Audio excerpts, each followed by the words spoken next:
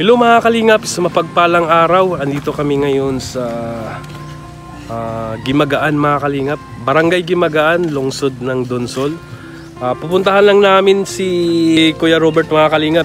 Dati siyang singer dito sa Gimagaan mga kalingap. Ngayon, yung trabaho niya, nag-aano na lang na naggugulay, minsan naglilinis ng saging. So pupuntahan natin sa bahay niya mga kalingap. So yan po ang bahay ni Tatay Roberto mga kalingap yan. Si Kuya Roberto. Kawawa din yung kalagayan niya mga kalingap. So yan, nandito po si si Tatay Roberto mga kalingap. Naglinis-linis po siya. Ayun. Tay, magkano yung ano mo dyan? Araw mo dyan?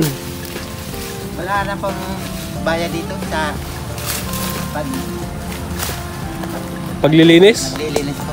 Ay sarili ko lang pong tanim ko na. Sariling tanim. Nakikitanim lamang po kami. Oo. Kasi wala nang ibang paraan para mabuhay yung mga anak ko, kundi ipagsapala na lang po sa pagtatanim. Oo.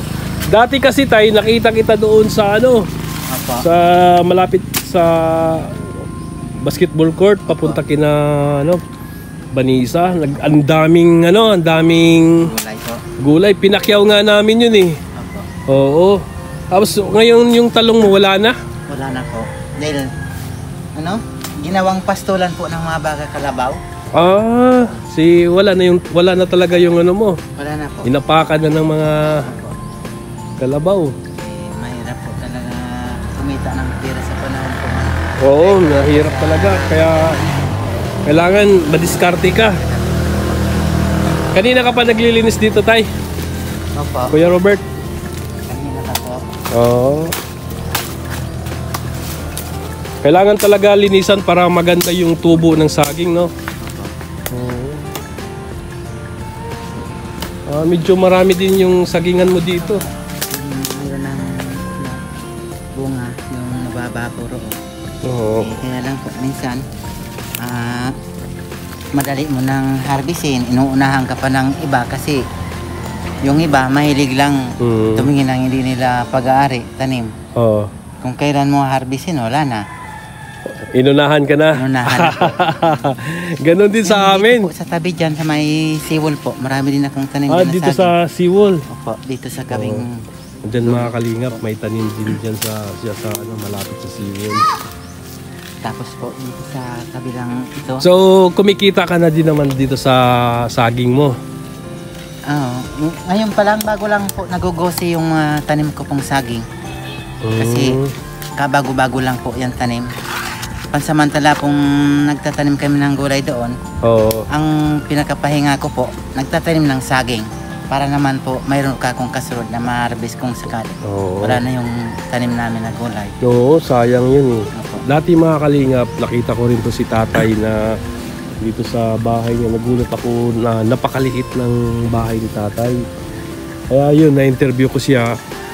Dati din siyang kumakanta. Dati din siyang singer dito sa Pilar, dito sa Gimagaan. Kaso lang hindi lang po pinalad. Hindi pinalad. Dahil sa kapuspalad nga, walang magandang hanap buhay. Oo. Namatay pa yung tatay ko, kasabay-sabay. Yung namatay yung tatay niya, doon na siya nawala ng gana na kumanta. Kaya yung ginawa niya na maglalako ng prutas, tapos nagtatanim ng gulay. Kaya nung nakaraan mga kalingap, doon sa natuwa nga ako, nakita ko si tatay noon, may daladalang talong po, sako na talong, kalahating sako. Pinakyaw namin yun mga kalingap. Tapos yung talong binigay namin ulit sa kanya. Tulong na rin namin yun kay Kuya Roberto. Kumusta naman yung buhay natin, Kuya Roberto? Dito tayo sa bahay mo.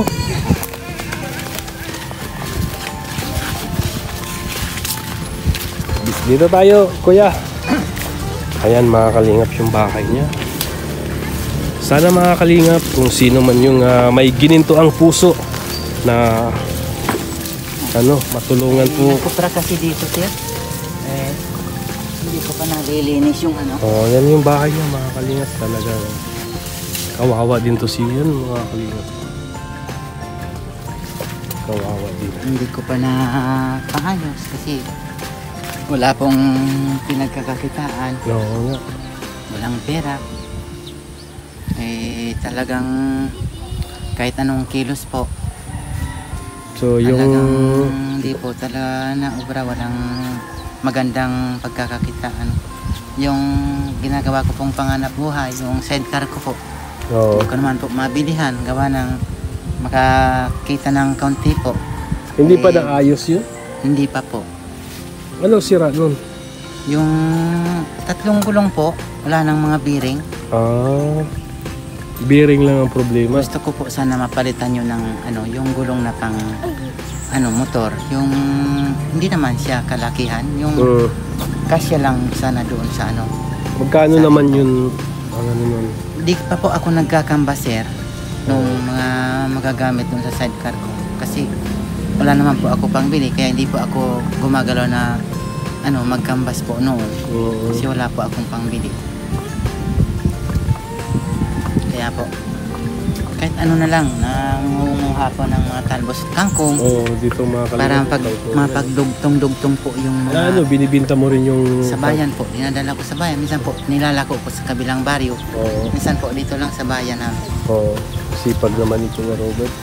Eh, Kahit kumain ano- lang yung mga bata kasi yung pinagsisikapan ko po, hindi lang naman sa akin.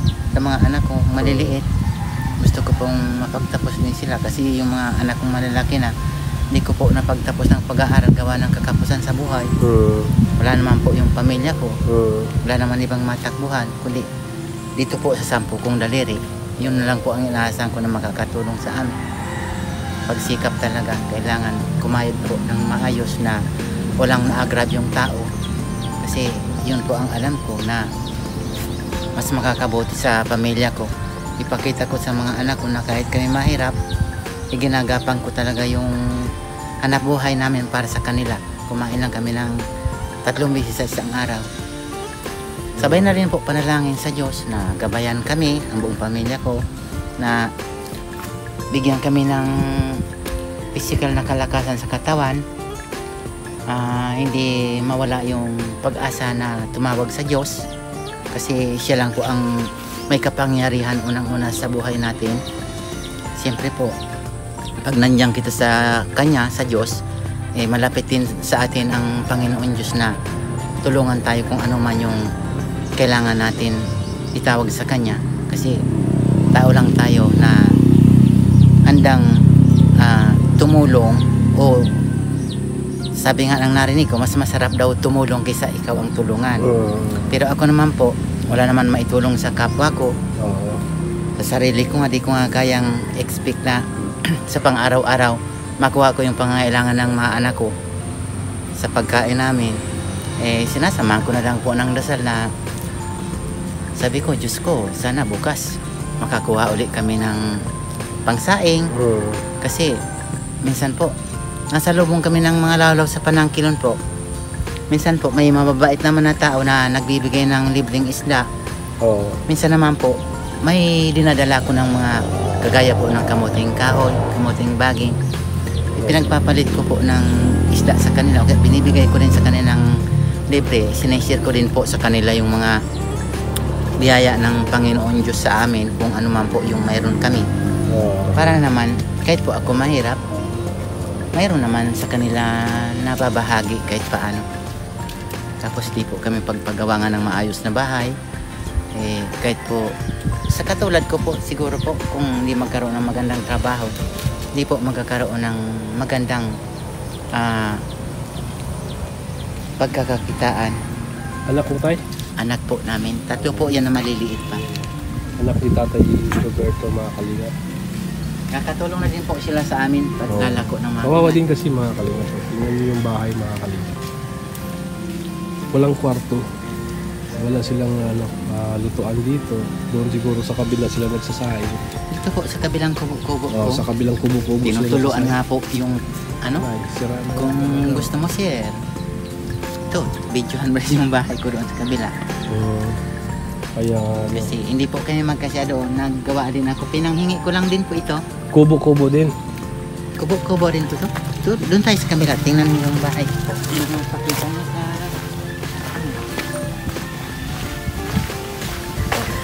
Kaya pumasok po kayo dito. Hindi po ako nahiya kasi ito na po yung bahay namin talaga.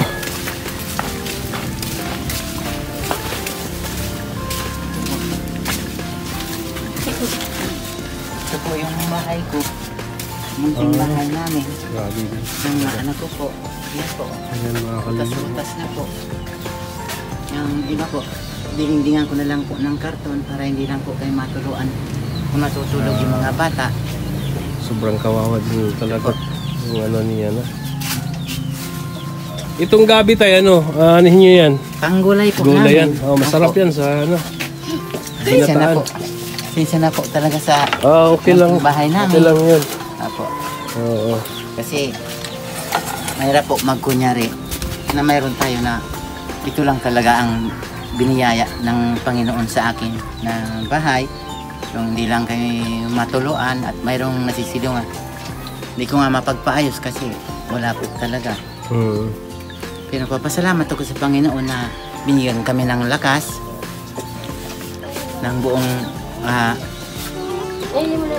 isip na magandang pag-iisip po para naman maitaguyod yung aming pamilya. So Kuya Roberto, sabihin mo sa viewers yung yung sa bisikleta mo. Tulungan tayo.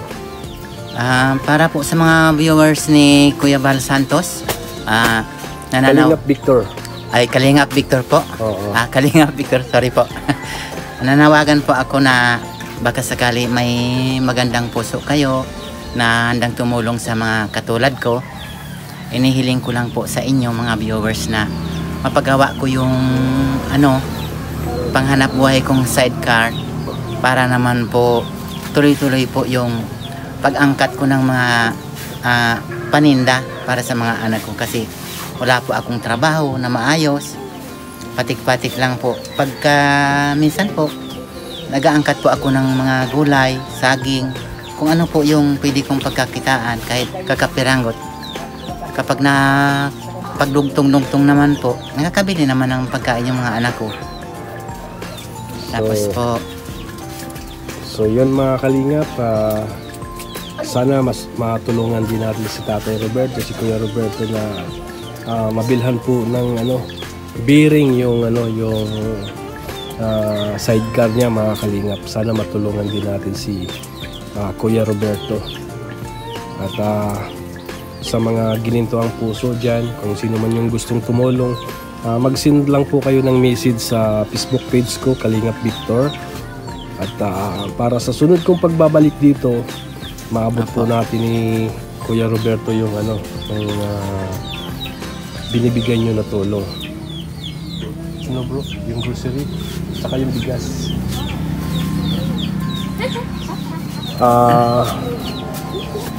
So yung trabaho mo yung Kuya Roberto, yung muna, magtatapas-tapas muna doon sa saging, naglilinis muna. Ito yung mga dahon po ng saging.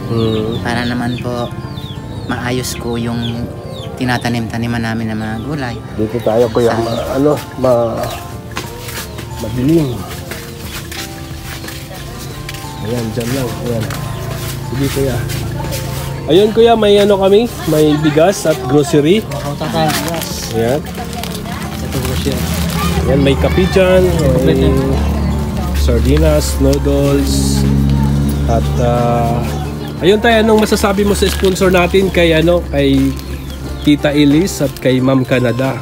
Maraming salamat po Tita Elise, Ma'am Canada, dahil po mayroon kayong programa na nakakatulong po sa katulad naming mahihirap. Papasalamat po ako ng lubusan sa inyo kasi hindi ko po alam kung paano ko pagpapasalamat sa Diyos ng buong buo po buhay. Naiyak si Kuya Roberto mga kalingap dahil sa sobrang kahirapan talaga.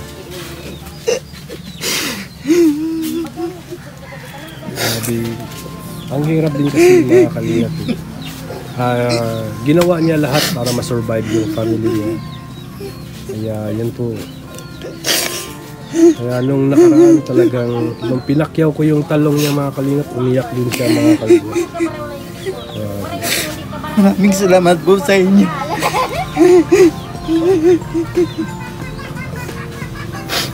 Iyak lang tayo, okay lang yan. Ganun talaga. Hindi ko naman po masisi sa sarili ko na ganito po kami, mahirap lang po. Pero di bali po kami mahirap. Basta wala po kami tinatapakan na kapwa. Magtatanim po ako ng maayos. Yung mga saging ko pong pinagtanim dyan, pinagtataga nga po. Hindi ko lang mapaayos sa barangay kasi hindi naman po tinanggap yung mga ano namin sa barangay. Ipinagpasa Diyos ko na lang po kung sino man po yung taong gumawa noon. Bahala na po ang Panginoon sa kanila kasi naniniwala po ako kung ano yung ginawa mong masama, babalik din naman po yun sa'yo. Gumawa ng mabuti at mabuti naman pong aani. Tama po yun, Tay. Tama po yun. Pasensya na po kayo. Okay Naiyak lang yan po ako sa pinagdadaanan ng pamilya ko. Okay Pero lang kahit yun, po Kuya kami Roberto. ganito, alam naman po ng Panginoon na wala kaming inagrab yung tao. Ayan, yun mga kalingap, no? Talagang napaka-emotional ni Kuya Roberto dahil ramdam kasi niya yung hirap po. At saka doon sa tinanim niya na saging, inalagaan niya, iba yung nag-ani mga kalingap. Kaya napakasakit din nun. Ay wala naman siyang ibang inasahan din, kundi yung saging at saka paggugulay. Siyempre pag once na naani mo na yung saging, mabibinta mo yun. Magkano yun ang isang pag nabinta mo? Isang buwig po. Oo. Minsan po inabot din ng 150, Oh. 140 po. Depende po sa laki, sa dami ho ng bunga ng saging po. Makakabili na rin ng bigas. Bigas po. At saka kunting pangulam. Kunting pang-ulam po. Yun, maraming salamat sa time, Kuya Roberto. At maraming salamat din sa napakabait na sponsor kay Ma'am Canada. Maraming salamat po sa inyong kabaitan. Apo. At sana mga kalingap, matulungan po din natin si Kuya Roberto doon sa hiling niya, doon sa sa yung tricycad niya, na mapaayos yung para makapagtrabaho na siya ulit. Yun. Kasi yun lang po ang inaasahan ko po na panganap buhay. Kagabay ko po araw-gabi, bawat oras. Diyan ko po inuhugot yung mga pangangailangan ng mga anak ko. Basta lang, Kuya Roberto, think positive tayo. Opo. At kailangan tayo ng magandang loob sa kapwa natin. At huwag tayo makalimot na magdasal sa Panginoon. Dahil God is good. Always po yan. So yun mga kalingap, napaka-emotional ni Kuya Roberto mga kalingap, no? Hindi ko akalain na iiyak siya ulit. Naintindihan ko rin yung kalagayan niya mga kalingap, na napakahirap ng buhay po nila. Tinataguyod po niya yung mga anak niya para makasurvive lang po. Kaya hanga po ako doon sa kabutihan niya na bilang isang tatay. So yun mga kalingap, sana matulungan po natin si Kuya Roberto sa kanyang hiling. At sa mga gustong tumulong dyan, send lang po kayo ng message doon sa Facebook page ko, Kalingap Victor, para matulungan po natin si Kuya Roberto. At yun mga kalingap, wag po natin kalimutan na suportahan si Kuya Bal Santos Matubang, Kalingap Rob at Ignas Vlog. Suportahan natin yung advocacy nila, yung mga upload videos, premier, live. At ganoon din si Dodong Roel of Malalag mga kalingap, suportahan din natin. At ganoon din suportahan yung upload videos ni Dodong Roel, mga premier, live. At mga kasamahan din ni Dodong Roel na mga staff mga kalingap, si Alex Librada, John Rivera Official, Kuya Regan, Alpi TV.